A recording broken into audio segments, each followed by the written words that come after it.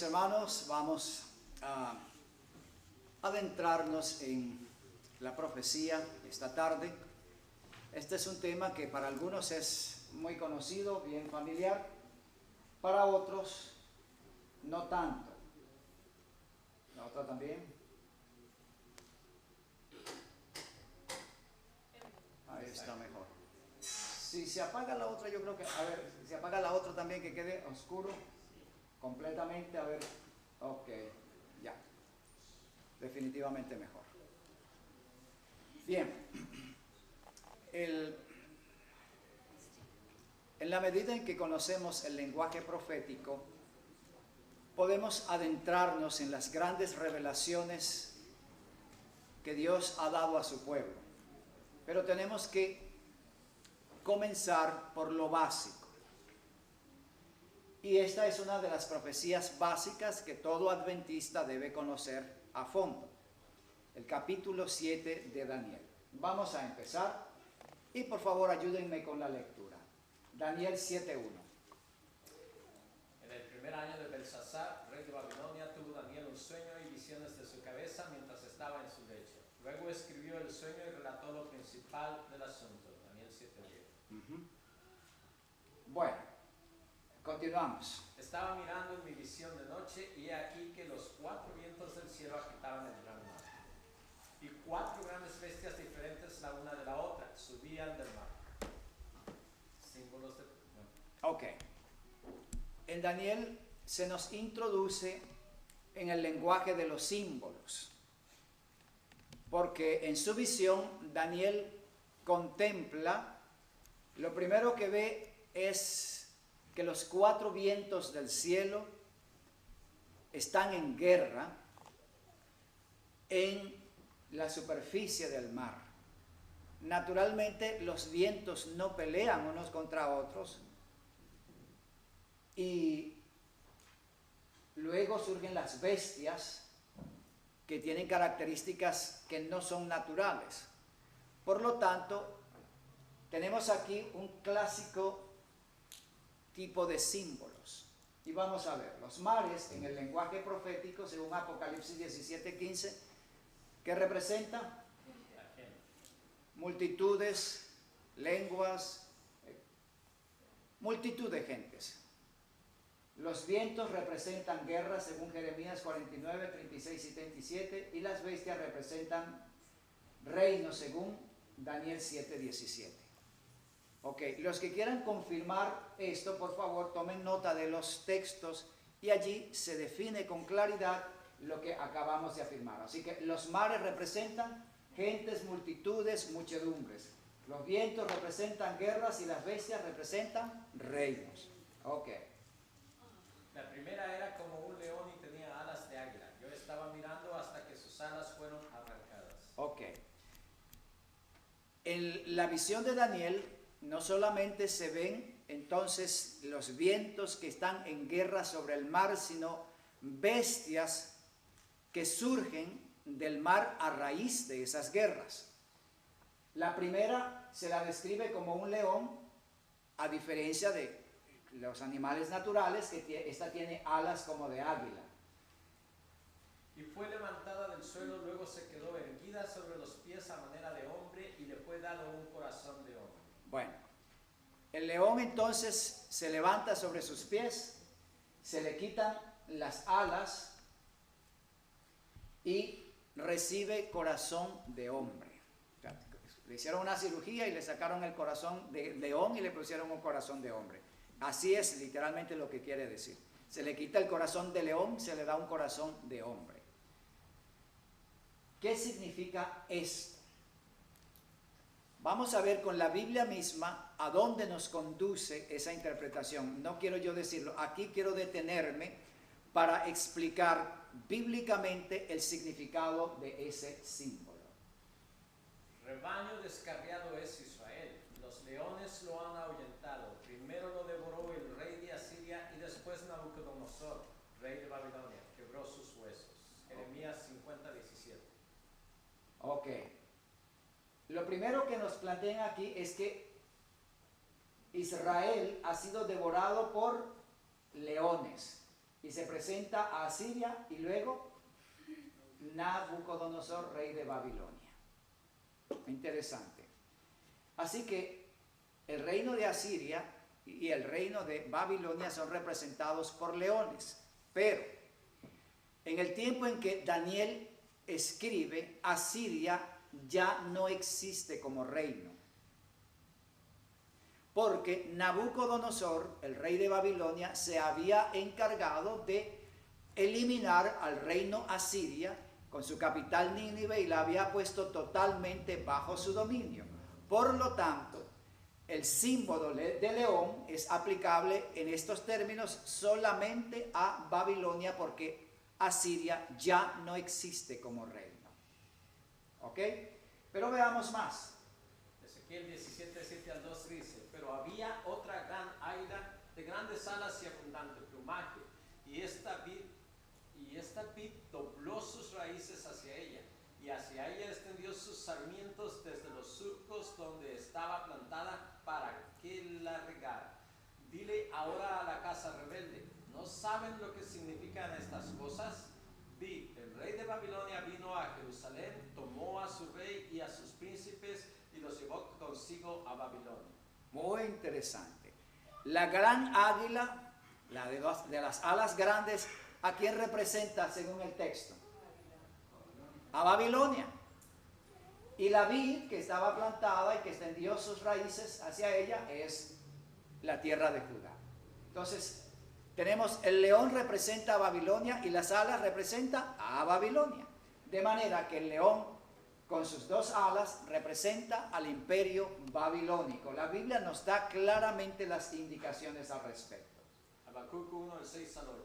Porque voy a levantar a los caldeos, o sea, babilonios, pueblo feroz e impetuoso que marcha por la anchura de la tierra para apoderarse de moradas ajenas. Imponente y temible es, él mismo procede en su justicia y su grandeza. Sus caballos son más veloces que leopardos y más astutos que lobos al anochecer. Al galope vienen sus jinetes vienen de lejos, vuelan como águila que se precipita a devorar. Qué interesante que la Biblia presenta con tanta claridad el significado de los símbolos mostrados al profeta Daniel. Ok, aquí se nos confirma una vez más. Aquel león que tiene alas, ya lo dijo el profeta Jeremías, es Babilonia. Luego, las alas como de águila, lo dijo Ezequiel, representa Babilonia. Y aquí se nos presenta algo adicional, que vuelan, al galope vienen sus jinetes vienen de lejos, vuelan como águila que se precipita a devorar.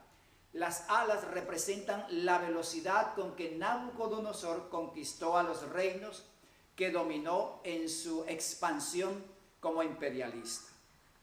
Queda claro bíblicamente el significado de esos símbolos. Así que el león con sus dos alas de águila representa al imperio babilónico desde el 605 al 538 a.C. Este símbolo corresponde a la cabeza de oro de la visión de Daniel 2. Así que es un mismo símbolo, pero con diferente enfoque. Porque aquí se habla de la dignidad, riqueza y grandeza de Babilonia, pero aquí se nos hace ver otra cosa. La velocidad de conquista y el carácter fiero del imperio. El hecho de ser representado por un león plantea la ferocidad de ese poder.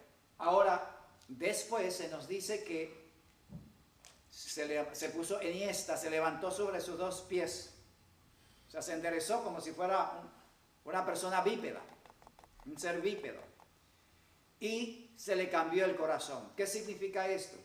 Que aquella ferocidad de león que antes tenía desapareció.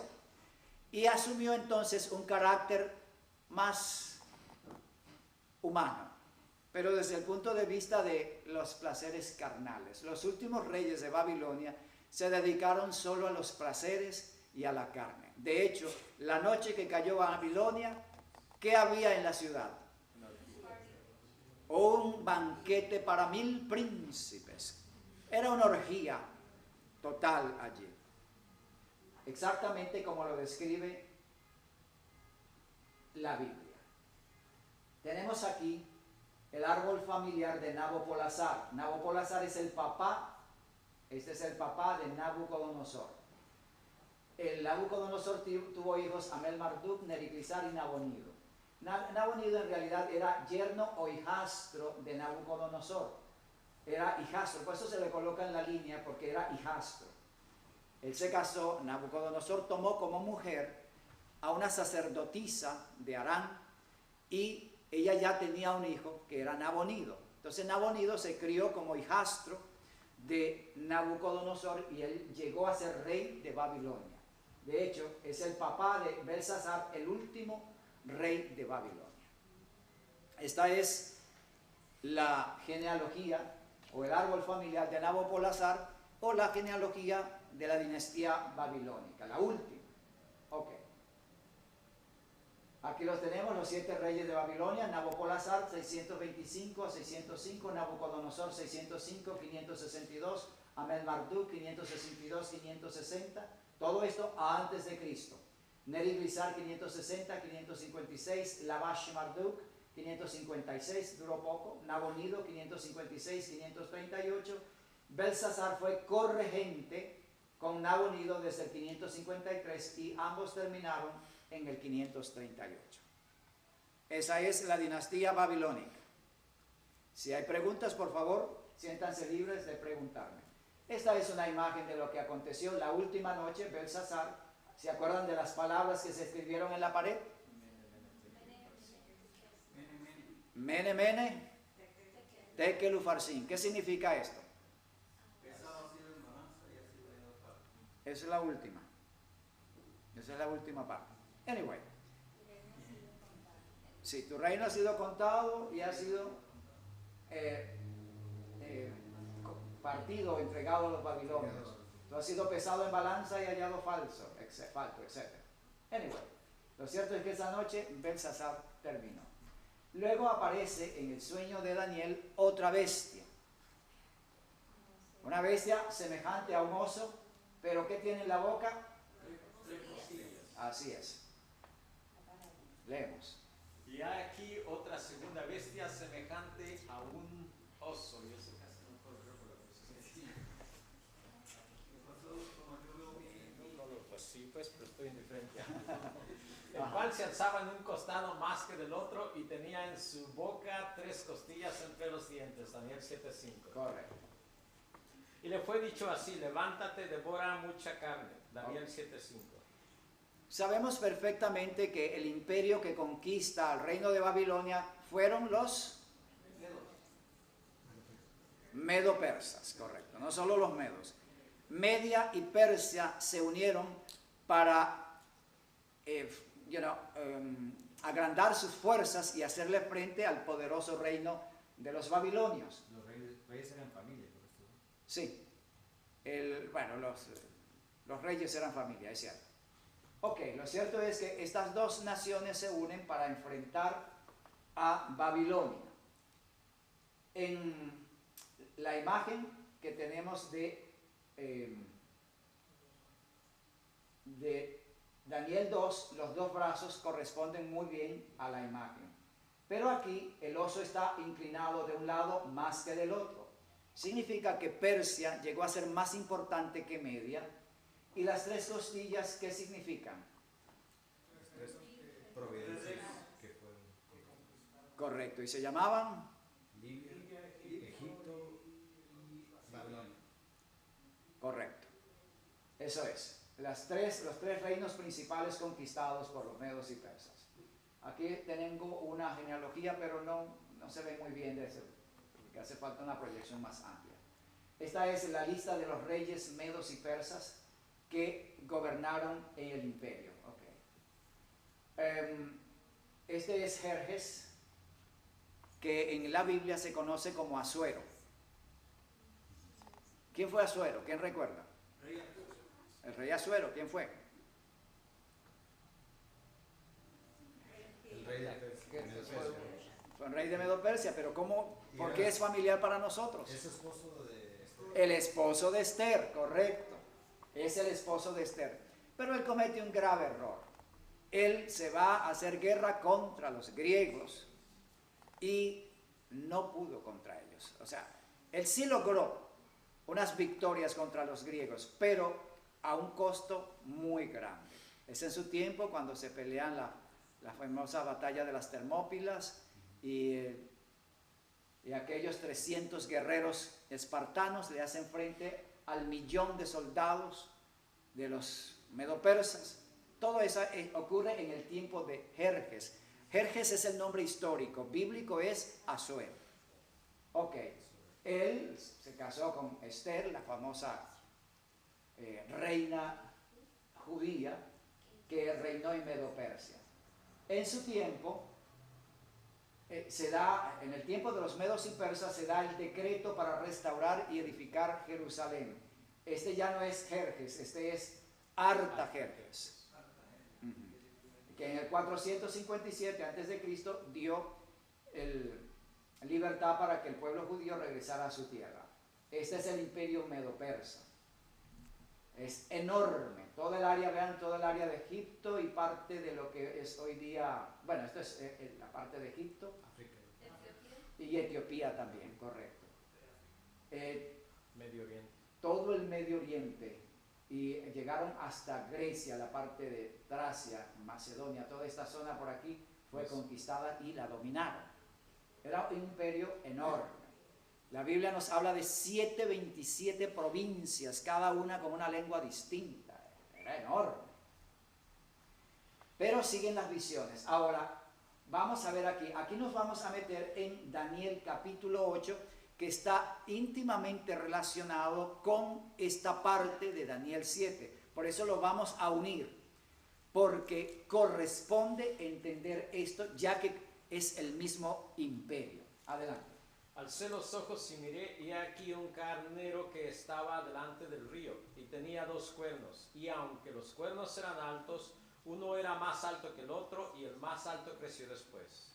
Aquí se utiliza un símbolo diferente para representar a Medo-Persia. Este carnero representa a Medo-Persia. El hecho de tener un cuerno más levantado que el otro es igual que la posición que asumió el oso de estar más inclinado de un lado que del otro. Eso es lo que representa. Un cuerno más alto representa a Persia, el más bajo a Media. Ok. Vi que el carnero hería con los cuernos al poniente, al norte y al sur, y que ninguna bestia podía parar delante de él, ni había quien escapase de su poder, y hacía conforme a su voluntad y se engrandecía. Daniel 8:4. El carnero, conocemos aquí lo que es un carnero, es el macho de las ovejas, que cuando se hace fuerte desarrolla cuernos poderosos. Él, cuando ataca y golpea con esos cuernos, puede matar a un hombre. Tremendo. Me han contado historias fuertes y en internet ustedes pueden ver ataques de esos carneros a las personas. Es fuerte. Bueno, lo cierto es que el imperio medo-persa fue representado también por un macho de las ovejas, un carnero. Y aquel carnero que viste con 2 cuernos representa a los reyes de Media y de Persia. bien claro y directo, Daniel 8:20. Así que el carnero es Medo-Persia. El oso es Medo-Persia. 2 imágenes para representar a un mismo símbolo. Más adelante vamos a ver la secuencia, por qué el Señor quiso hacerlo de esa manera. Ok. Debe quedar claro, ya salimos de Babilonia, estamos en Medo-Persia. En Daniel 7, Medo-Persia es representada por el oso. Y en el capítulo 8 es representado por el carnero con 2 cuernos. Ahora aparece otra imagen en el capítulo 8 de Daniel. Mientras yo pensaba, un macho cabrío vino del oeste, corría tan deprisa que ni tocaba la tierra. Este macho cabrío tenía un cuerno notable entre sus ojos. Daniel 8:5. Interesante. Estamos ahora en Daniel 8 y Daniel ve que aparece un nuevo símbolo, un macho cabrío. diferentes países le dan nombres. En Venezuela dicen un chivato, la Biblia lo llama macho cabrío, un chivo grande, ok, un bull, pero sí, un bull de las cabras. Pero había algo que lo hacía diferente a los normales. Tenía un cuerno grande en la frente, ¿no? Como se ve aquí. Este cuerno notable, más grande que todo lo demás. Ok, bien. Y se enfrenta, lo dice el texto, se enfrenta al macho cabrío de 2 cuernos que era Medo y Persia. O sea, este poder ahora se enfrenta a Medo-Persia.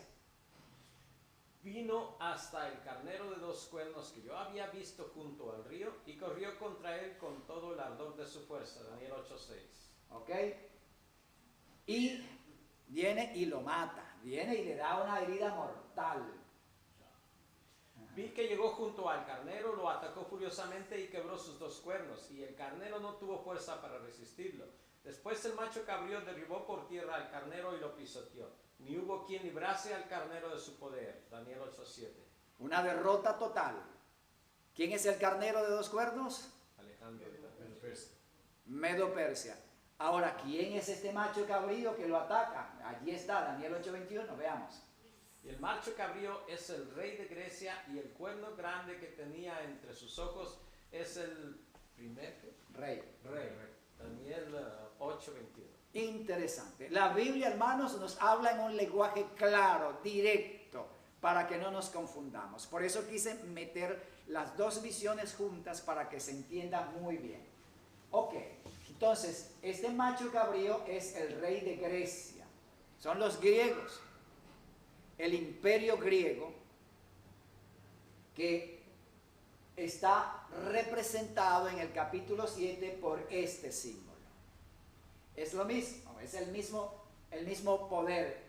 Este cuerno que ataca a los griegos y lo pisotea, quiero decir, a los medo-persas y lo pisotea, lo derrota, es Grecia, el imperio griego. ¿Ok? En el capítulo 7 se nos presenta como, leamos. Después de esto yo miraba, y aquí otra bestia como un leopardo que tenía en sus espaldas 4 alas. Y de ave, esta bestia también tenía 4 cabezas y le fue dado dominio. Ok. Si 2 alas en el león representan la velocidad de conquista de Nabucodonosor, 4 alas obviamente deben representar el doble de velocidad, muchísimo mayor velocidad. Bien, pero ¿y qué representan las 4 cabezas? Primero veamos, aquí está el imperio. Los griegos conquistan todo lo que fuera de los medos y persas y se extienden todavía más lejos. Ellos llegaron hasta la India, conquistaron todo eso. Aquí está la India. Ellos, no todo, por supuesto, la India es muy grande, pero conquistaron parte de ella. Las líneas rojas representan el avance de los ejércitos de Alejandro por toda aquella zona. Es tan interesante, se cree que los Unza son una tribu que están en el Tíbet, por allá ya llegando a China, muy lejos. Se cree que los Unzas son descendientes de los ejércitos de Alejandro el Grande, porque son gente blanca, de ojos azules, ojos verdes, típicos griegos. En cambio, los nativos del Tíbet tienen rasgos asiáticos o hindúes, no se parecen en nada a los europeos. En cambio, la tribu de los Unza se parece a los europeos y se cree que son descendientes de los griegos. Es muy probable. El caso es que los griegos conquistan todo lo que fuera una vez de los medos y Persia, que está Persia, antes llegaba hasta aquí, y él extiende toda esta área y la añade al imperio griego. Corresponde, por supuesto, a el muslo y las caderas de bronce de Daniel 2. Ok. Veamos cómo sigue la profecía. Y el macho cabrío se engrandeció mucho, y cuando estaba en su mayor fuerza, aquel gran cuerno fue quebrado, y en su lugar salieron 4 cuernos prominentes hacia los 4 vientos del cielo. Daniel 8:8. El macho cabrío con 4 cuernos. Algo interesante. Primero se quebró el cuerno grande. ¿A quién representaba ese cuerno grande? Alejandro Grande, el Grande. Ahora de las raíces surgen 4 cuernos que se extienden hacia los 4 vientos del cielo. Ellos son Ptolomeo, Casandro, Lisímaco y Seleuco. Los 4 generales de Alejandro. Esas son las 4 cabezas de el leopardo. Las 4 alas representan la gran velocidad de conquista del imperio de Alejandro. Las 4 cabezas son los 4 generales, allí están sus nombres, quienes se dividieron a la muerte de Alejandro el imperio. A ver, ¿quién recuerda cómo murió Alejandro y a qué edad murió? 32 años, creo. Sí, 32, 33 años tenía. Correcto. Murió. Y su imperio entonces se dividió en 4 partes. Los 4 generales se dividieron. Aquí lo tenemos, la división. Casandro quedó con esta parte, la parte de Grecia. Lisímaco quedó con Tracia y lo que sería hoy parte de Turquía, aquí. Luego Ptolomeo quedó con Egipto y Seleuco se quedó con el resto del imperio. Ok. Seleuco dio lugar a la dinastía Seleucida y Ptolomeo a los Ptolomeos que estaban en Egipto. Ok. Entonces, entre Ptolomeo y Seleuco había guerra y aquí en el medio estaba Israel. ¿Qué problema? Estaban allí en medio de 2 reyes que se peleaban, el rey del sur y el rey del norte. Esos son, bíblicamente en el libro de Daniel, estos 2 reyes van a ser rey del sur y rey del norte. Ok, e Israel está en el medio. Bueno, pero volvamos al caso. Tenemos aquí entonces las 4 cabezas del leopardo son los 4 cuernos del macho cabrío. ¿Alguna pregunta hasta aquí? Ok, pero ahora aparece algo más. Y de uno de ellos sería un cuerno pequeño que creció mucho al sur y al oriente y hacia la tierra gloriosa. Daniel 8:9. Ok. De uno de ellos. Hay un problemita aquí. Ok, seguimos leyendo. Y se engrandeció hasta el ejército del cielo y parte del ejército de las estrellas se echó por tierra y las pisoteó. Daniel 8:10.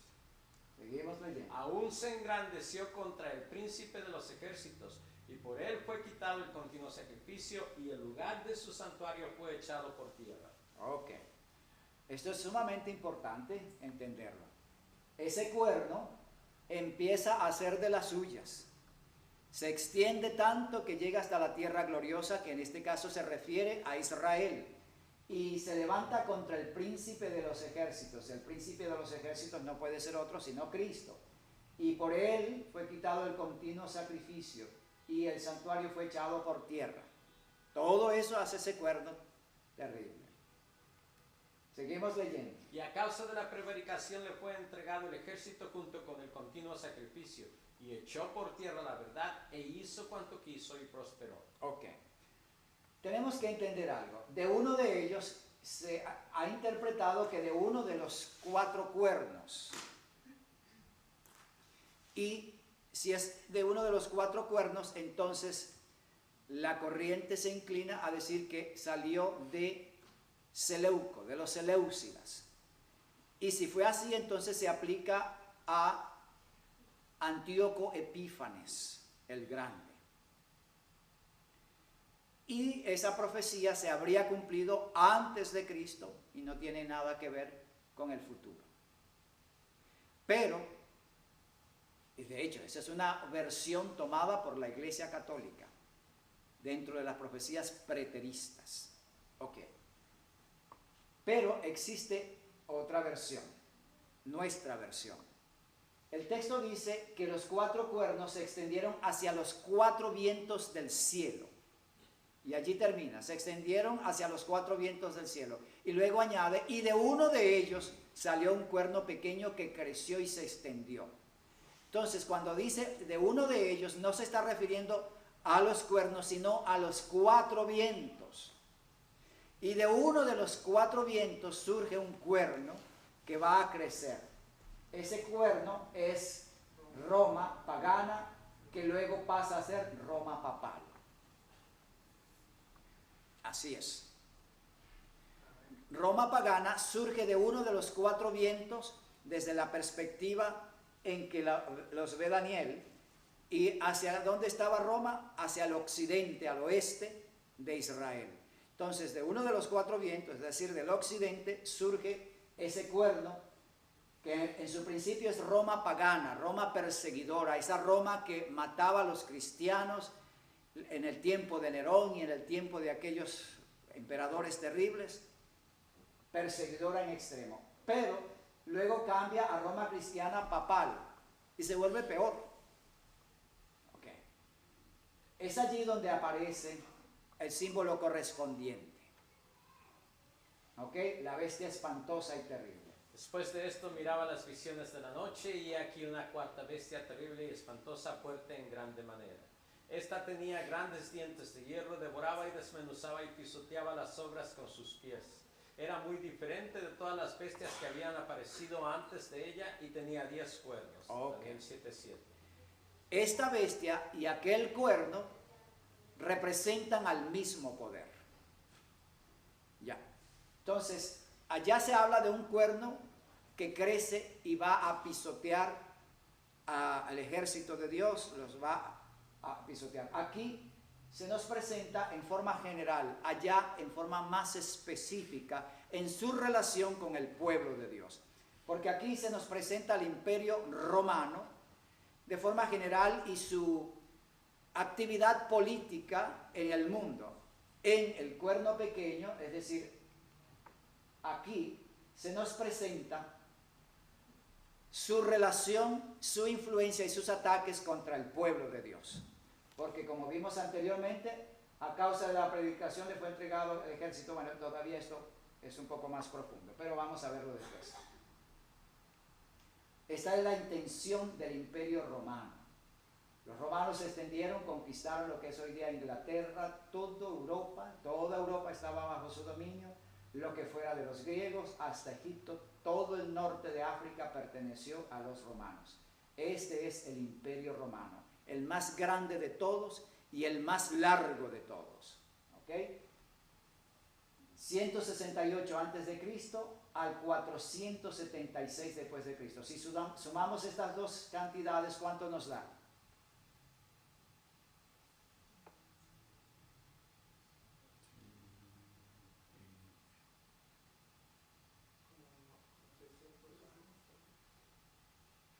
Los matemáticos.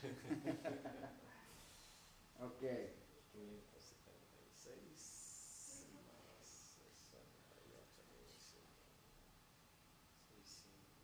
644, algo así. 644. Muy bien, hermano. Matemática. 644 años. Es el más largo. Imagínense, más de medio milenio. 644 años. Fue el dominio que Roma tuvo sobre el mundo. Y por supuesto son las 2 piernas de hierro presentes en Daniel 2. ¿Ok?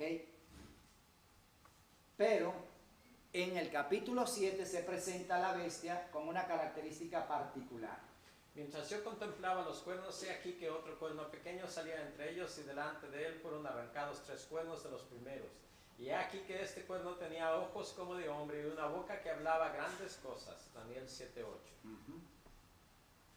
Gracias, hermana.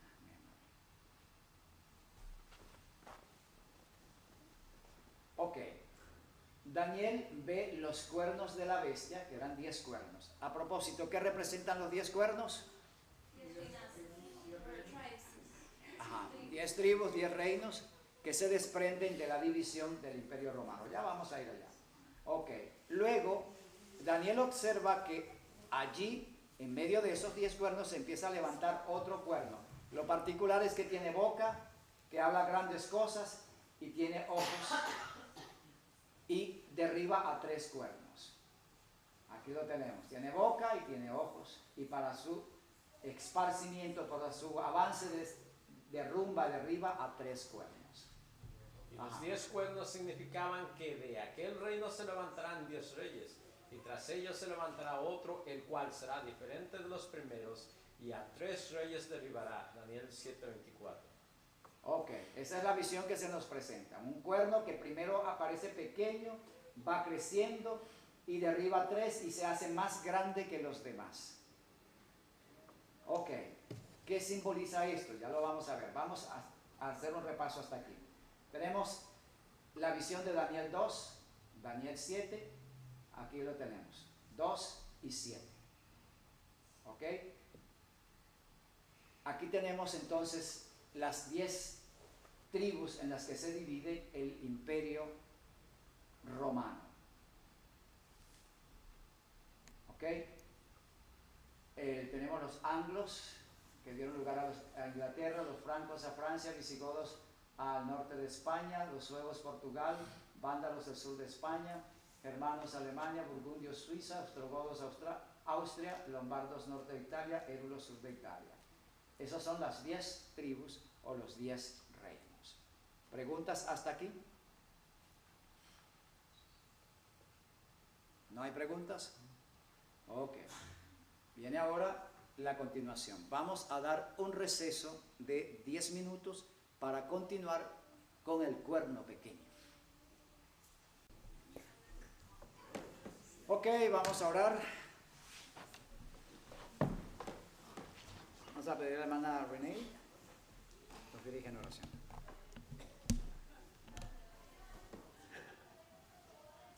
Gracious Heavenly Father, we thank you for this opportunity, for this lesson with our pastor. We ask you to provide him with great knowledge so he can teach us in a way that we can understand, and bless us and help us to be always interested and focused on your word. And we ask you in the name of your beloved Son, Jesus Christ. Amen. Amén. Ok, volviendo atrás un poquito, recordamos que aquel cuerno grande que se salió de uno de los 4 vientos representa a Roma en sus 2 etapas, Roma papal, quiero decir Roma pagana y Roma papal. Y en Daniel 7 se nos presenta la 4ª bestia espantosa y terrible, en cuya cabeza hay 10 cuernos y de allí surge un cuerno pequeño. La bestia es Roma pagana y el cuerno pequeño va a ser Roma papal. Es decir, siempre se va a representar a Roma papal como cuerno. Cuerno significa poder. Cuerno representa instrumento de ataque para hacer daño. ¿Ok? Bien, vamos a detenernos ahora en el cuerno pequeño. Recuerden, en Daniel 7 está representado por el cuerno pequeño que derriba 3 para expandirse, que tiene boca y que tiene ojos. Y en Daniel 8 como un cuerno grande que pisotea a los santos y contra el ejército del cielo y aún contra el príncipe del ejército que es Cristo se levanta y le hace guerra. Ok, vamos a detenernos.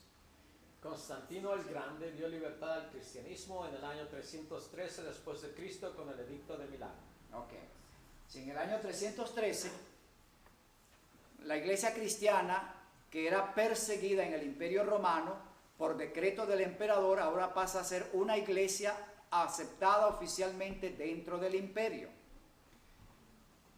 Lo que movió a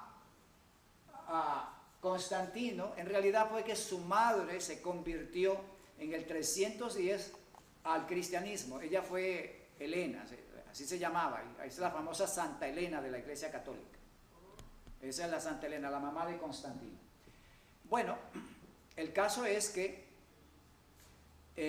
a raíz de eso él dijo, bueno, si voy a perseguir a la iglesia cristiana tengo que perseguir a mi mamá. Entonces le dio libertad al cristianismo 3 años después, en el 313. Ella se convirtió en el 310 y él dio libertad al cristianismo en el 313. A partir de allí, la iglesia cristiana ya no es más perseguida en Roma. Roma era el centro del mundo de aquel entonces. Roma era lo que es Estados Unidos hoy día en el mundo. De allí dependía la política, dependía la economía, dependía de todo. Era el centro mundial de aquel entonces.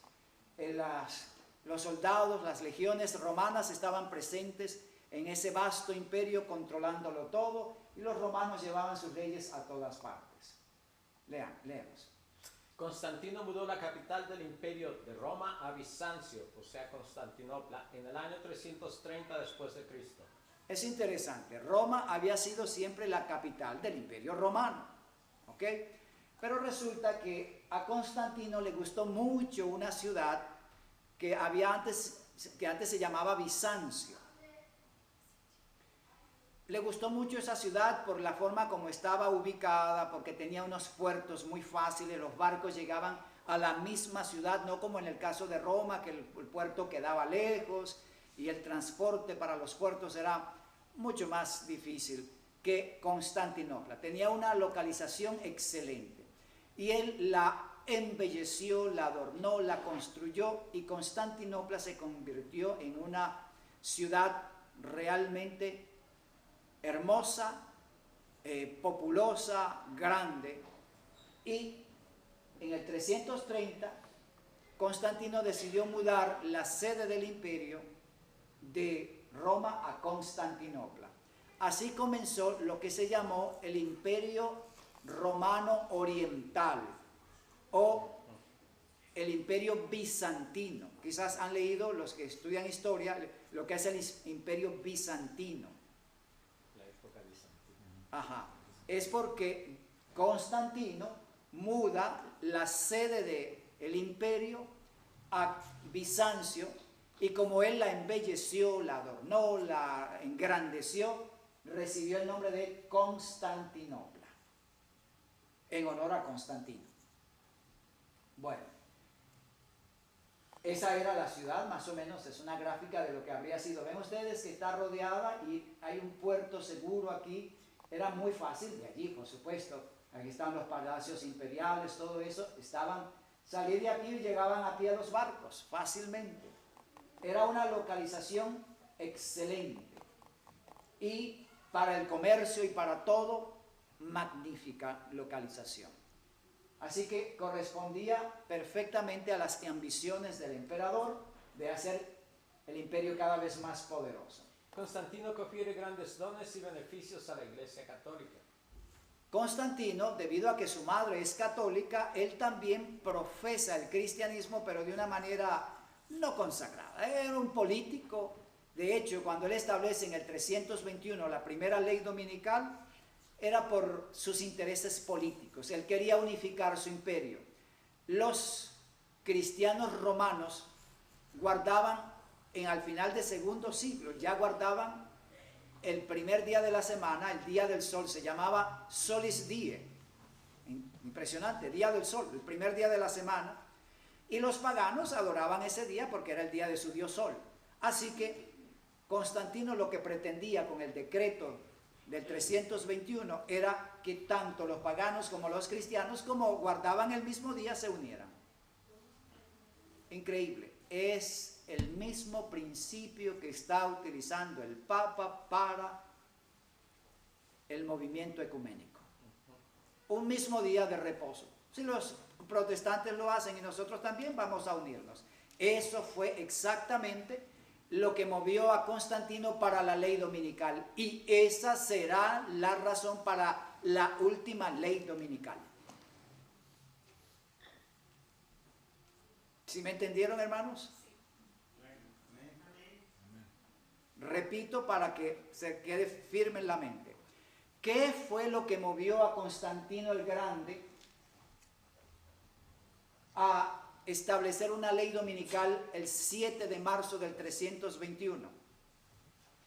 El deseo de unificar dos religiones distintas, la religión cristiana y la religión pagana, de modo que en el imperio hubiese paz y no hubiese confrontaciones.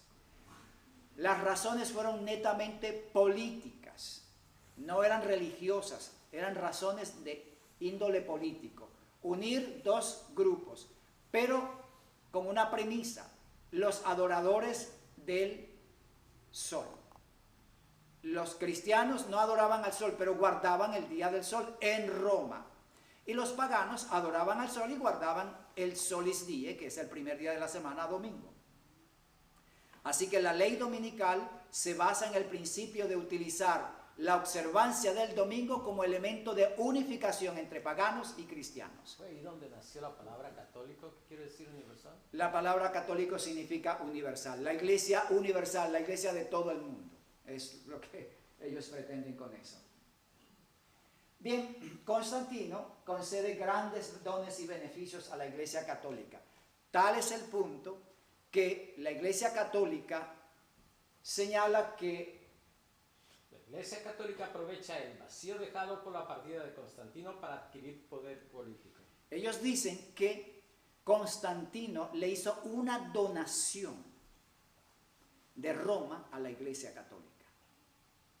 Por ellos son católicos romanos, porque ellos tienen documentos, hoy día se dice que son falsos, pero por siglos ellos han mostrado esos documentos como la prueba de que Constantino les donó Roma a la iglesia católica. Bien, la iglesia católica aprovecha ese vacío dejado por Constantino, quien se había ido lejos, hacia allá, hacia el oriente. Eso queda en lo que es hoy día Turquía. Istambul. Se llama Estambul, correctamente. Hoy día el nombre de la ciudad es Estambul. Primero era Bizancio, después Constantinopla y ahora Estambul. Bueno, mientras van ocurriendo estas cosas, diversos sucesos tienen lugar en el mundo y la iglesia empieza a adquirir popularidad, grandeza y dominio político, no solo religioso, sino también político, como lo dice aquel texto que tenemos. Al mismo tiempo, surge otro problema, surge un problema interesante, lo que se llamó el arrianismo. Arrio era un monje católico, nacido en 256, muerto en 336, y tenía una doctrina interesante. A ver, ¿quién recuerda de los que estuvieron el miércoles en la clase? ¿Cuál era la doctrina de Arrio? Ya, el miércoles estuvieron aquí unos hermanos. ¿Quién lo recuerda? Estuvo la hermana Juanita, hermano Antonio Elías. Verá, eran poquitos. Ah, y el hermano Oscar Aguirre también estuvo. ¿Qué decía la doctrina de Arrio?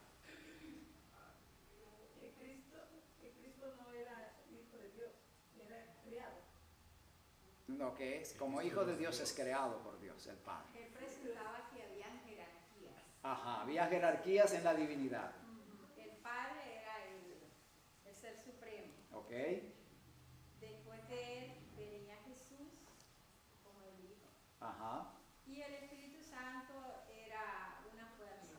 Ok. Sí, eso es doctrina arriana. Los testigos son arrianos porque ellos creen y enseñan eso. Creo que ya cambiaron eso. Creo que ¿Ya ya lo están cambiaron? cambiando eso, sí. Wow, interesante. ¿No ya aceptaron, porque ellos tienen incluso en sus libros, ellos aceptan que son arrianos. Lo aceptan. ¿Cuántas veces no han cambiado? Eso es verdad.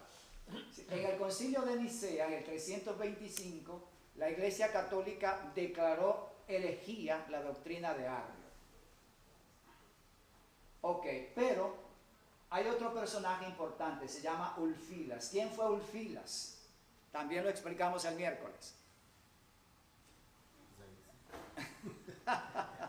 Ok, bueno, hay que prestar atención, hermanos, atentos a la clase. Ulfilas era un godo, o sea, los godos eran como los visigodos, los ostrogodos, eran gente proveniente de Escandinavia, de lo que es hoy día estos países que están al norte, por allá bien al norte, al lado de Finlandia, Norway, el otro es Noruega, ajá, Noruega, esos países de por allá. Más tarde se le llamaron a esta gente vikingos. ¿Cómo? No, Irlanda no. Irlandeses es, Ok. De la Bayern. Lo cierto es que Ulfilas pertenecía a ese pueblo, él hablaba la lengua de los godos y él se hizo cristiano y fue a estudiar con Arrio. Y aprendió, por supuesto, la doctrina de Arrio. Así que él fue a predicarle a los godos, a las tribus de esas tribus nórdicas que estaban en Europa, y como resultado de su trabajo se convirtieron, 6 de esas tribus se convirtieron al arrianismo por la predicación y el trabajo de Ulfilas. Ulfilas tradujo la Biblia al gótico, gótico por godo. La palabra gótico viene de los godos, gótico es perteneciente a los godos. Entonces él tradujo la Biblia al gótico. Existe todavía esa Biblia, la Biblia gótica, traducida por Ulfilas. Bueno, los érulos, los vándalos, los ostrogodos, visigodos, burgundios y suevos aceptaron la doctrina arriana. Pero ahora se produjo una confrontación, o sea, había un problema. La Iglesia Católica Romana no podía expandirse porque estas tribus eran un obstáculo, un impedimento, una barrera para su expansión. Y eran poderes que estaban en equilibrio, es decir, eran fuertes. La Iglesia Católica no tenía la capacidad para vencer a los arrianos. eran parte de los 10 cuernos. Sí, pero ¿qué decía la profecía? Que iba a ser el cuerno pequeño. Derribar 3. Ajá. Para lograr su expansión tenía que eliminar a 3 de esos cuernos para lograr tener un espacio más grande y ampliar su poder. Vamos a ver cómo ocurre esto. Acuérdense que el arrianismo surge antes de estas fechas que vamos a ver. Por eso lo he mencionado antes. Odoacro, Ajá. 434, Ravenna, Italia, creo que ahí fue donde nació, ¿no? Ajá. Y hasta el 493. Caída del Imperio Romano fue en el año 476 después de Cristo. Ok. A ver, ¿quién fue Odoacro? Los que han asistido a las 2 últimas clases, porque lo he explicado. estos alumnos míos. Odoacro fue A ver, Mario. el que fue y hizo un convenio, ¿no? De que si usted iba con él a la guerra, ¿no? Ok. Por lo menos esposa intentó. Todos los demás también. Eso es su Para parte. mí él es nuevo, Odoacro no Odo- he tenido la historia de la profecía. Odoacro era el comandante en jefe de los érulos. Él no era rey. Algunos historiadores lo colocan como rey, pero no. Él estaba al servicio de Roma como, ¿cómo se llama esto? Mercenario. O sea, los romanos habían contratado tropas mercenarias. Para los que no entienden este término, mercenario es un soldado a sueldo que se le paga para que haga la guerra para un país. Entonces, hay un soldado profesional y un país lo contrata para que haga guerra. Eso es un mercenario. Entonces, los érulos eran tropas mercenarias al servicio de Roma. Odoacro era su comandante en jefe. All right? Entonces, vamos a explicar un poquito qué fue lo que pasó en el 476. Vamos un poco antes, 474. Gobierna Roma Julio Nepos o Nepote. Cualquiera de los dos, los historiadores lo usan, cualquiera de los dos, Nepos o Nepote. Julio Nepote era el emperador de Roma. Odoacro necesita tierras para su gente, para los érulos. Pero a todas estas los érulos ya eran arrianos, cristianos arrianos. Y ellos están allí en Italia, alrededor de Roma, donde está la sede de la Iglesia Católica. Los érulos no permitían que los católicos se expandieran porque ellos eran arrianos y eran firmes en sus convicciones espirituales. Así que Odoacro le dice a Julio Nepote, yo necesito tierra para mi gente aquí en Italia. Pero Julio Nepote le dice, eso no es posible, yo no puedo darte tierras aquí. Se molestó Odoacro, se enojó porque no podía atender las necesidades de su pueblo. Entonces, el general del ejército romano, Orestes, le dice a Odoacro, Odoacro, si tú me apoyas para quitar a Julio del trono, entonces yo te voy a conceder lo que tú pides. Y claro, Odoacro no lo pensó dos veces. Dijo, vamos a eliminar a ese Julio Nepote. Y sí, bueno, Julio Nepote no lo mataron porque se dio cuenta de la intriga, salió huyendo, se fue por allá a Ravenna, precisamente, se fue por allá, huyendo, se escapó, pero perdió el ejército, perdió todo. Así que Orestes toma el trono de Roma, pero astutamente él sabe que la fuerza está en el ejército y él coloca a su hijo Romulus Augustulus en el trono de Roma y él queda como comandante supremo de los ejércitos romanos. Eso es en el año 475, un año antes. Odoacro, entonces ya está todo arreglado. Romulus Augustulus, el hijo de Orestes, está en el trono. Orestes es el comandante supremo de los ejércitos de Roma. Así que Odoacro dice, bueno, tenemos un trato, ahora yo quiero repartir a mi gente en las tierras que tú me vas a dar. Pero ahora que estaba en el poder, Orestes se da cuenta que sí le da tierras a estos bárbaros, entonces iba a granjearse la enemistad de los romanos. Y Orestes igualmente le dice a Odoacro, yo no puedo darte la tierra de los patricios porque van a irse en contra mía.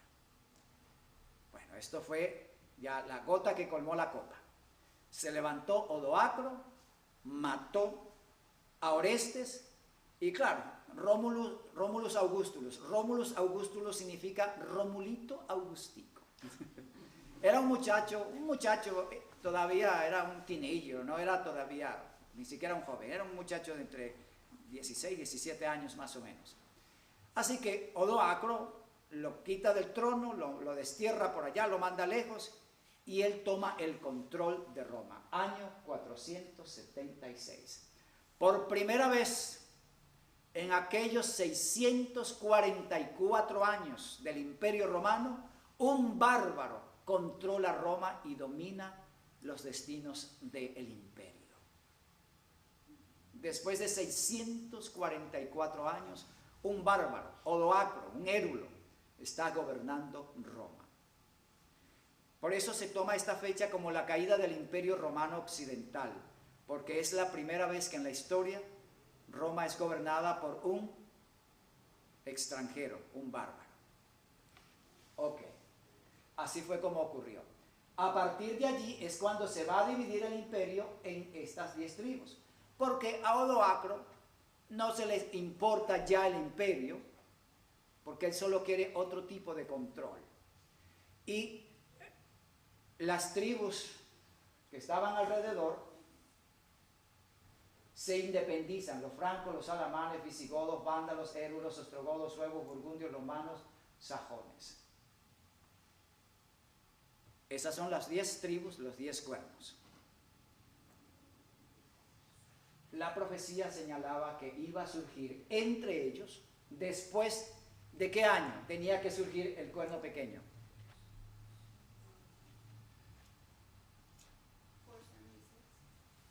476, porque los 10 cuernos surgen después del 476 y el cuerno pequeño surge de entre los 10 cuernos, así que el cuerno pequeño no podía surgir antes de la división del Imperio Romano. Por lo tanto, al cuerno pequeño tenemos que ubicarlo después del 476. Aquí tenemos el Imperio Romano y su división. Es aquí donde tenemos donde se ubicaban los vándalos, los visigodos, el reino de Odoacro, del que ya hablamos, o sea, los érulos, aquí está Bizancio, los ostrogodos, etc. Las 10 tribus. Esa es la división del Imperio Romano. Ahora, ¿quién es ese cuerno pequeño?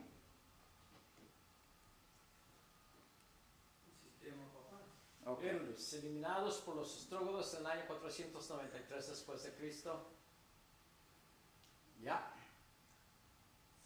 Este es el primer cuerno que es eliminado. ¿Qué pasó? El emperador que estaba en Bizancio era católico y no estaba de acuerdo con la forma como Odoacro había tomado el gobierno y lo que había hecho, así que contrató a los ostrogodos para que le hicieran guerra a Odoacro. Entonces, a ver, ¿quién se acuerda? Lo conté el miércoles. ¿Cómo mataron a Odoacro? Los ostrogodos realizaron una gran celebración y como los ostrogodos eran arrianos, invitan a los érulos arrianos a la celebración y por supuesto Odoacro como el rey de ellos para que estuviese allí. En medio de la fiesta, cuando estaba borracho el pobre Odoacro, le clavaron una espada, la historia dice que la clavaron por aquí así, hacia abajo y lo mataron. El pobre Odoacro solo pudo decir, ¿y dónde está Dios? Lo mataron. Y claro, al matar a su comandante, los érulos fueron esparcidos, eliminados y fueron destruidos. Así, la primera tribu es eliminada. Vándalos eliminados por Belisario, general de Justiniano en el año 534 después de Cristo. Los vándalos ocupaban, como vimos, vamos a ubicarnos por aquí, estaban al norte de África. Esto es Europa y esto es África. Entonces, en la parte norte de África estaban los vándalos. De la palabra vándalo viene vandalismo. Belisario era un general católico enviado por un emperador católico desde Bizancio, desde Constantinopla, para atacar a los vándalos debido a que ellos eran arrianos y eran un dolor de cabeza constante para los romanos. Siempre saqueaban Roma, varias veces lo hicieron. Ok, en el año 534 fueron eliminados por el ejército católico conducido por Belisario. Los ostrógodos eliminados por Belisario en el año 538 después de Cristo. El mismo general Belisario, después de eliminar a los vándalos allí en el norte de África, pasa a Europa de nuevo y allí ataca a los ostrogodos. Recuerden que los ostrogodos habían eliminado a los érulos, ahora les tocó a ellos. El general Belisario los atacó y en el 538 se elimina al tercer cuerno, lo que permite la ahora sí expansión libre del catolicismo por todo el mundo. Clodoveo, rey de los francos, del año H. ¿Qué quiere decir H? No me acuerdo. 466 y París 511. Uh-huh. Clodoveo pone a su ejército de guerreros francos a la orden de la Iglesia Católica. Clodoveo ataca y derrota a los visigodos en el año 508 después de Cristo. ¿Quién fue Clodoveo? Era el rey de los francos. Los francos era una de esas tribus que se habían independizado después de la caída del Imperio Romano. Bueno, Clodoveo, les contaba yo a los hermanos el miércoles que se casó con una princesa llamada Clotilda, que era católica. ¿Clotilda o Clotilde? Era católica. Y ella siempre le predicaba a su marido, pero no le hacía caso. Él era rey, tenía su propia convicción. Pero un día él está peleando contra los germanos, los alamanes, y sus soldados francos están perdiendo la batalla. Entonces él levanta las manos al cielo y dice: Jesucristo, si es verdad que tú existes y que tú eres Dios, dale la victoria a mis guerreros francos. Inmediatamente sus soldados francos empezaron a derrotar a los alamanes y ganaron totalmente la batalla. Cuando Clodoveo regresó a palacio le dijo: Clotilda, soy cristiano. Entonces Se hizo bautizar en el 496 después de Cristo. Él colocó su ejército de guerreros francos a la orden de la Iglesia Católica. Los visigodos eran una tribu arriana, era un obstáculo, y estaban allí en el territorio que ahora es ocupado por Francia, como rivales de los francos. Cuando Clodoveo ve que los visigodos son arrianos, entonces dice, a esta gente hay que eliminarla porque son enemigos de la Santa Iglesia Católica. Y se lanzó contra su ejército, y en el año 508 se eliminó a los visigodos que estaban en Francia, y el remanente quedó en España. No fueron eliminados en su totalidad. Pero esto es interesante. Aún se engrandeció contra el príncipe de los ejércitos, y por él fue quitado el continuo sacrificio, y el lugar de su santuario fue echado por tierra. Y a causa de la prevaricación le fue entregado el ejército junto con el continuo sacrificio, y echó por tierra la verdad, e hizo cuanto quiso y prosperó. Daniel 8, 11 al 12. Ahora nos estamos metiendo en profundo, hermanos. Si prestan atención van a ver algo interesante. Pero esto es profundo. Ok. Entonces vi en relación con el continuo que la palabra sacrificio había sido provista por la sabiduría humana y no pertenece al texto, y que el Señor dio el sentido correcto a lo que proclamaron que había llegado la hora del juicio.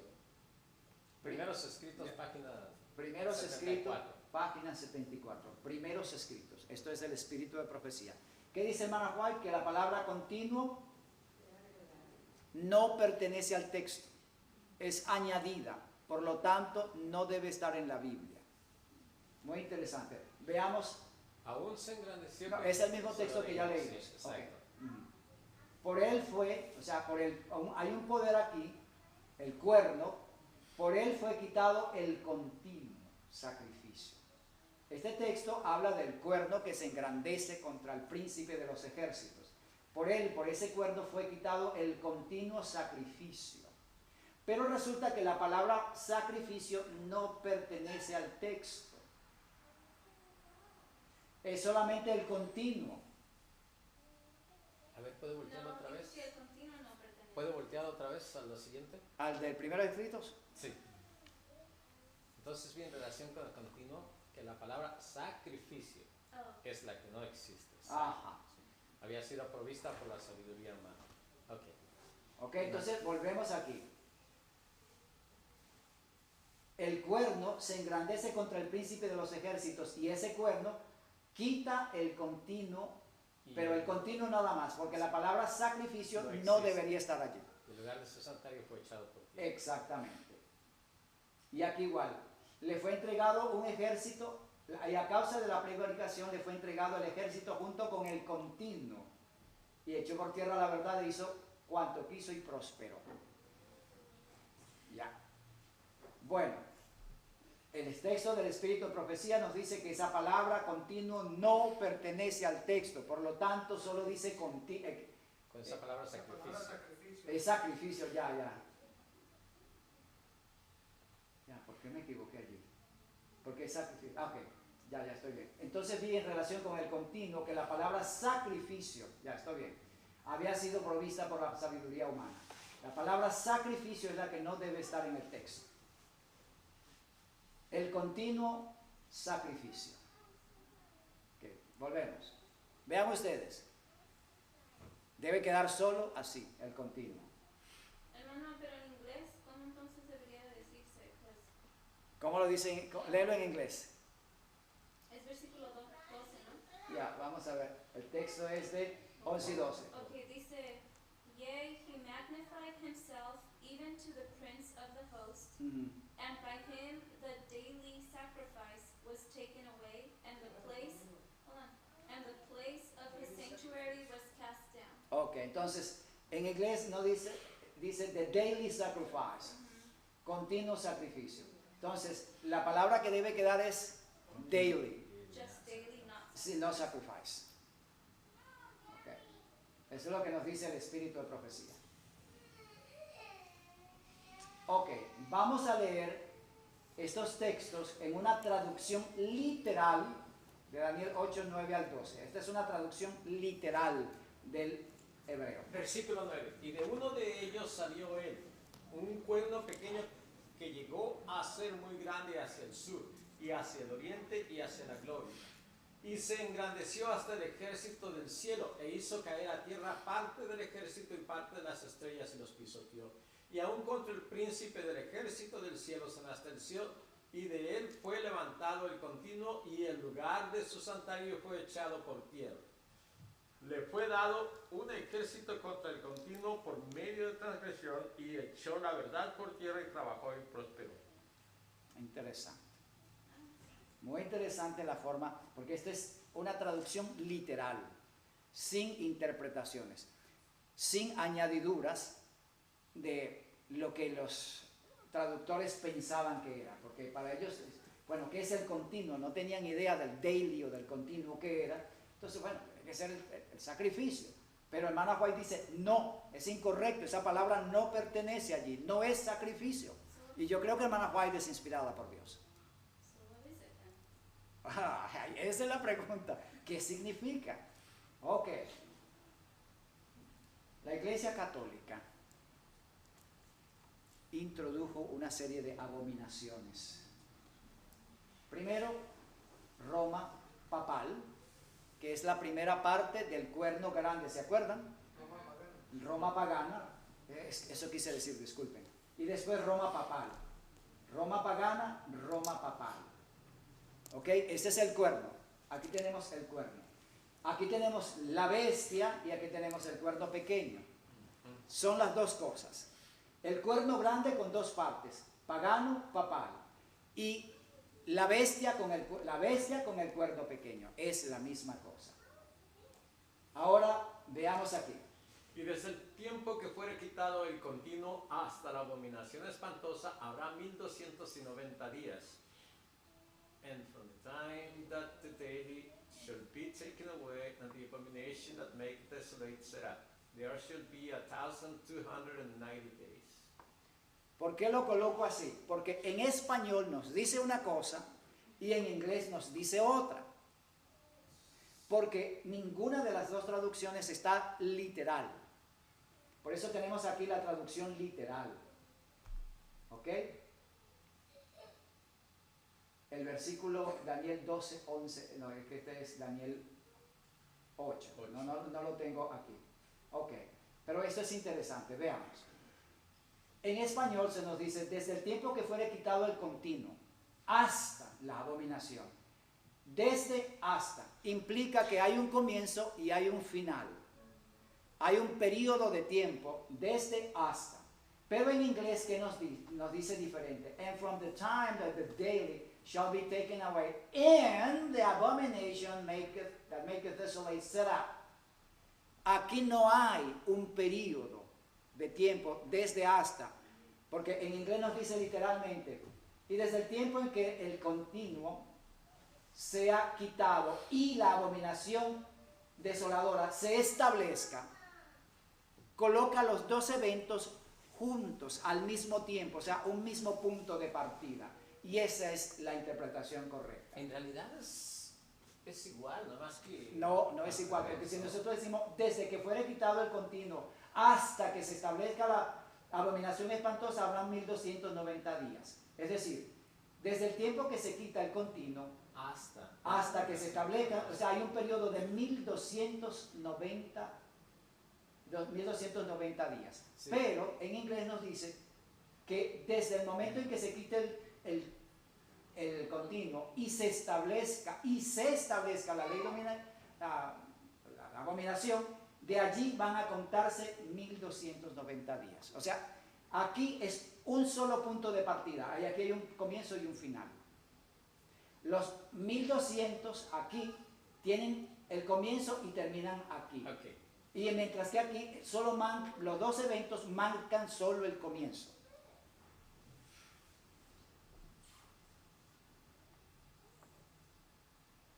¿Todavía no? No, yo lo miro igual porque para mí será es el significado de hasta. No. Dice será significa cuando ya está puesto. No. Set it up. Set up es establecer. Por eso, establecer, exactamente. Pero Y establecer en inglés es como decir hasta. no, ¿No? nunca. Ok. Buena. Set up es establecer, Sí. fundar. Es como el comienzo, no el fin. Exactamente, ese es el punto. Algo se establece, algo se Ah, ok, implanta. ya sé lo que están tratando de decir por Ajá. hasta. Correcto. Sí, hasta ahí es al final. Porque en inglés hasta es till, Yeah, until. or until. Until. Until or till. Ya, Sí, until sí, es sí, mejor. sí. Until, eso es hasta. Pero setup es establecimiento, fundación, eso. Ok. Clodoveo, rey de los francos. Clodoveo ataca y derrota a los visigodos en el año 508 después de Cristo. Correcto. Ahora vean esto. 508 más 1290 igual. A 1798. When they took down the, Did you get it? ¿Lo ven ahora? isn't that the War of Bastille? Yeah, they took down the Pope. They set Es him up and they cuando, took him down. cuando al Papa de... Exactamente. Por eso, 508 es el punto cuando se establece la abominación desoladora. Es el punto cuando set up the abomination and the desolation. Y a partir de allí van a transcurrir 1290 años hasta 1798. ¿Qué pasó en 1798? Fue cuando fue quitado de su trono, de su poder el Papa, desterrado por el general Berthier. Exactamente. Llevado Año- a Inglaterra, a España, creo que fue a España. El Fue llevado. El Papa Pío VI estaba celebrando su cumpleaños en la Capilla Sixtina y llegó el general Berthier y lo tomó prisionero por órdenes de Napoleón y se lo llevaron cautivo a una isla por allá en Francia y por allá murió desterrado y solo. La Iglesia Católica pasó 3 años y medio sin papa, sin cabeza. Fue la herida de muerte. Bienaventurado el que espere y llegue hasta 1335 días, Daniel 12:12. 1800. ¿No les parece interesante? Ahí está. 508 más 1335, 1843. Esta fecha para nosotros es muy significativa. Ese problema teníamos cuando estábamos estudiando hace como 2 años, hace como 1 año eso. Y no continuamos por ese preciso problema. Ajá. Ya. No, fue por los reyes en el... Pues sí, en el pero 11. era del continuo y eso, yo me recuerdo que era por ese lado, ¿no? No, ¿No? Yes, he doesn't know. ¿Cómo? Please continue. I want to know. Ok. Sí, el año 1843 es importante para nosotros porque ese marca el fin de una etapa y da comienzo a la última etapa de la historia en esta tierra. Recordemos que en 1844, justamente un año después, porque aquí en este año es cuando Guillermo Miller dijo, al final de 1843, Cristo viene a la tierra. Cristo no vino, entonces dio lugar para irse a 1844. Anyway, lo cierto es que justamente esta fecha marca el comienzo, marca el punto de partida. Tenemos lo siguiente, los 1260 días, 1290 días y 1335 días. Las 3 cantidades, los 3 montos de años están en Daniel 12.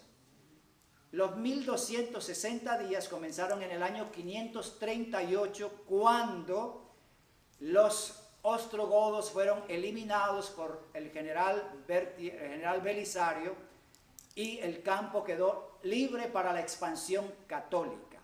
Pero la profecía nos dice, la abominación desoladora no comienza en el 538, comenzó antes, en el 508, cuando el rey de los francos, Clodoveo, conquista a los visigodos y entonces la Iglesia Católica empieza su trabajo de dominio, de conquista, de desarrollo, de avance, la abominación que causa desolación y muerte.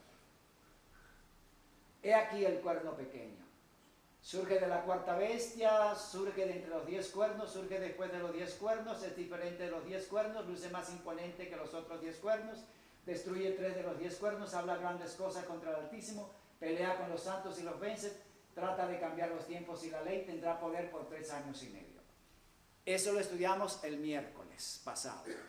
A ver, de los hermanos que estuvieron presentes, ¿quieren hacer un resumen? Este es el examen, hermanos.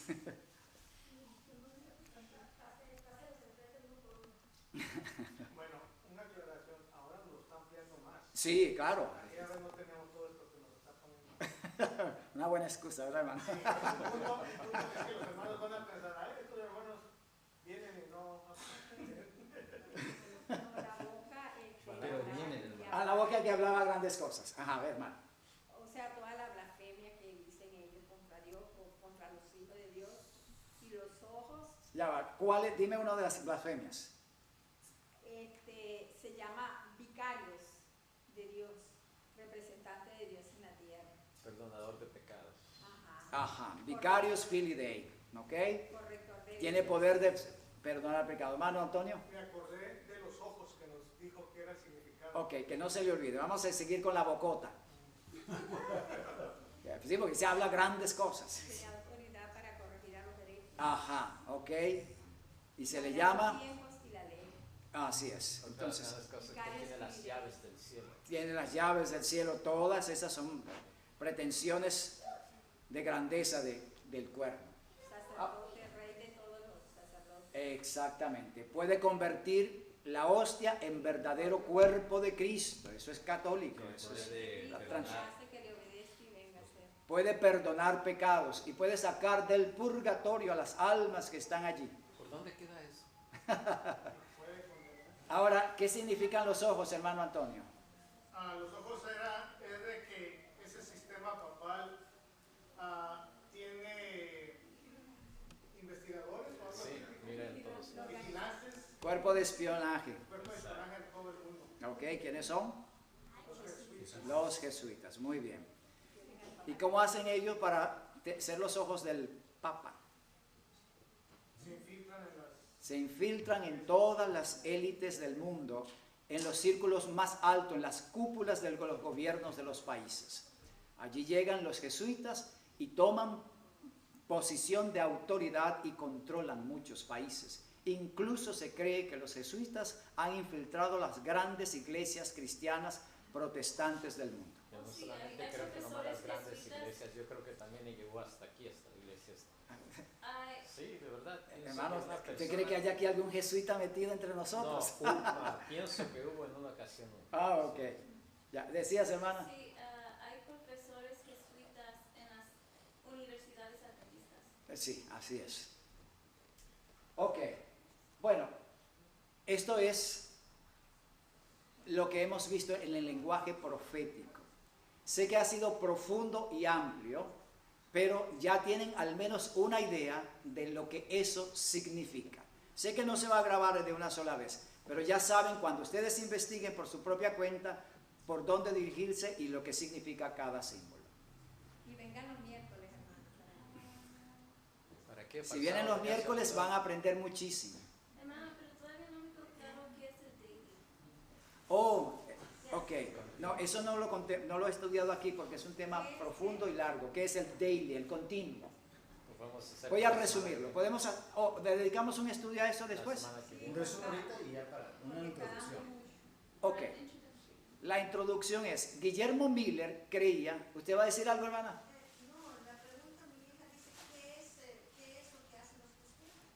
Ah, los jesuitas toman toda la información política, social de los países y se la pasan al Papa.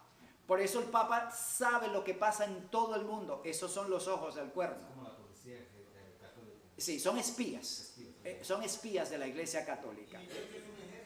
Es un ejército, así es, muy bien organizado. Tienen su general en el Vaticano. Y vienen trabajando de mucho tiempo atrás. Mucho tiempo. Por siglos han estado haciendo ese trabajo. Ok, volvemos con el daily, el continuo. Guillermo Miller entendió que era el paganismo. Pero cuando hemos estudiado más a fondo, el significado es la continua rebelión contra Dios propia de los paganos. Pero esa es la introducción para una respuesta rápida a tu pregunta. Y luego tenemos que ver cómo es que el cuerno lo quita, porque se lo quita, lo levanta. Es un tema muy profundo, pero muy interesante, y esto nos lleva a entender el verdadero carácter de esa bestia y por qué se le llama bestia. Pero es otro tema. Hermano Antonio. Hermano, el cuerno este que creció pequeño, los otros cuernos se sometieron a él, le dieron su...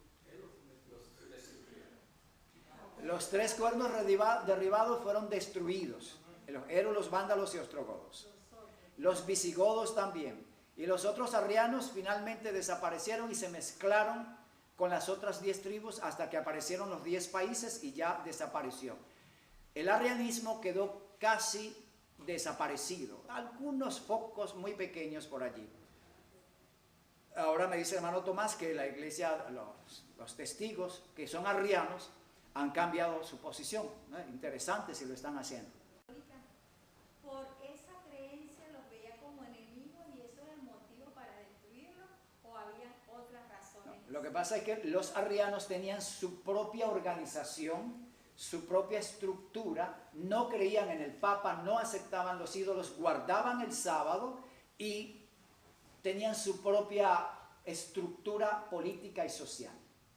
Entonces eran como un reino distinto completamente. Y por supuesto los católicos no podían llegar a ellos sin enfrentarse a sus guerreros. Entonces por eso eran una barrera para el papado. ¿Más preguntas? ¿El sistema papal se puede considerar como un reinado? Sí, definitivamente es un reinado. El Papa es el rey y todos tienen un sistema, tienen su ejército, tienen todo. Pero ellos se llaman un reinado espiritual. ¿Más preguntas? Ok. So that horn represents Constantine? No. Constantine was the king in Rome that gave freedom to the to the Catholic Church. And he was the first one that established a Sunday law in the world. Okay, but the small horn, come on. Oops. Me salí completamente. Anyway, the small horn is a symbol of the Catholic, the Roman Catholic Church. It represents the Roman Catholic Church. Why? Because the Roman Catholic Church was developed as a power in the world after the fall of the Roman Empire. You remember, the Roman Empire fell in 476 AD. And the Catholic Church was established as a real power after 534 AD. At that year, the Catholic Church received from the emperor in Byzantium, which is Constantinople, the title of head of all the Christian churches around the world, and the true and real corrector of heresies. So, with those titles, the Pope became the ruler of all the Christian churches around the planet. From that time on, the Catholic Church became the greatest power on the earth. Actually, kings had to ask permission to the Pope to be crowned as kings in their own kingdoms, in their own lands. The kings were subjected to the Pope. They controlled everything.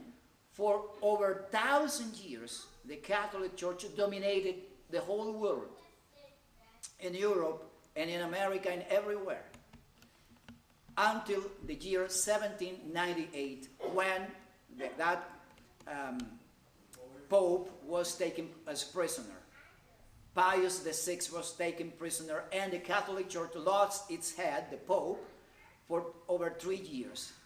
And that was the end of the supremacy of the Catholic Church. So the small horn represents the Roman Catholic Church, papacy. That is the meaning of that horn.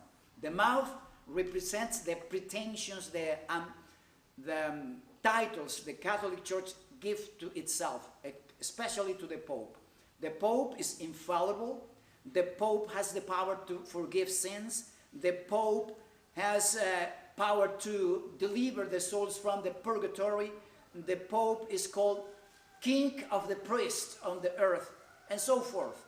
And he has the power to transform the piece of bread into real body or flesh and blood of Christ. Of course, that is blasphemous. That is not true. That is a pretension of the Pope. That's why it is represented by that big mouth speaking those blasphemies. The eyes is a symbol, or are a symbol of the way the Catholic Church controls the whole planet. That is, through the Jesuits, the Catholic Church keeps information and keeps control upon all the political systems on the earth. He has infiltrated churches, kingdoms, and even here in the United States, and in the government, Jesuits are there controlling, managing many things over there. And these Jesuits keep the Pope constantly and perfectly informed about everything that is happening around the planet on political, religious, and other affairs in this planet. So the small horn is, I repeat, a symbol of the Roman Catholic Church. Yeah. Sí, hermano. Entonces, el cuerno es el sistema papal.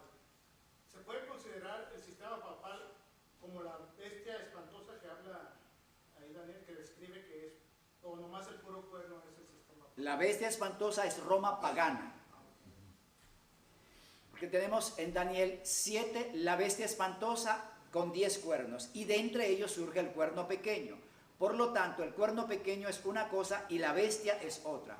La bestia es Roma pagana, el cuerno Roma papal. En el cuerno grande de Daniel 8, que surge de los 4 vientos, es Roma pagana en su primera etapa, Roma cristiana su segunda etapa. Bien, vamos a hacer una oración para cerrar nuestro estudio. Querido Padre que estás en los cielos, te damos gracias por tus bendiciones, gracias por tu amor y tu cuidado, y gracias por revelarnos a través del lenguaje profético el verdadero significado de todos estos símbolos. Te suplicamos que nos prepares ahora, porque sabemos que vienen días cuando este cuerno volverá a ser una potencia perseguidora y tendremos que sufrir los ataques del enemigo. Danos ahora la firmeza de fe, la convicción de la verdad, de modo que nada ni nadie nos aparte de tus caminos, y durante la ley dominical podamos permanecer inamovibles de tus verdades y de tus principios. Quédate con nosotros el resto de este sábado y bendícenos, lo pedimos en Cristo Jesús. Amén. Amén.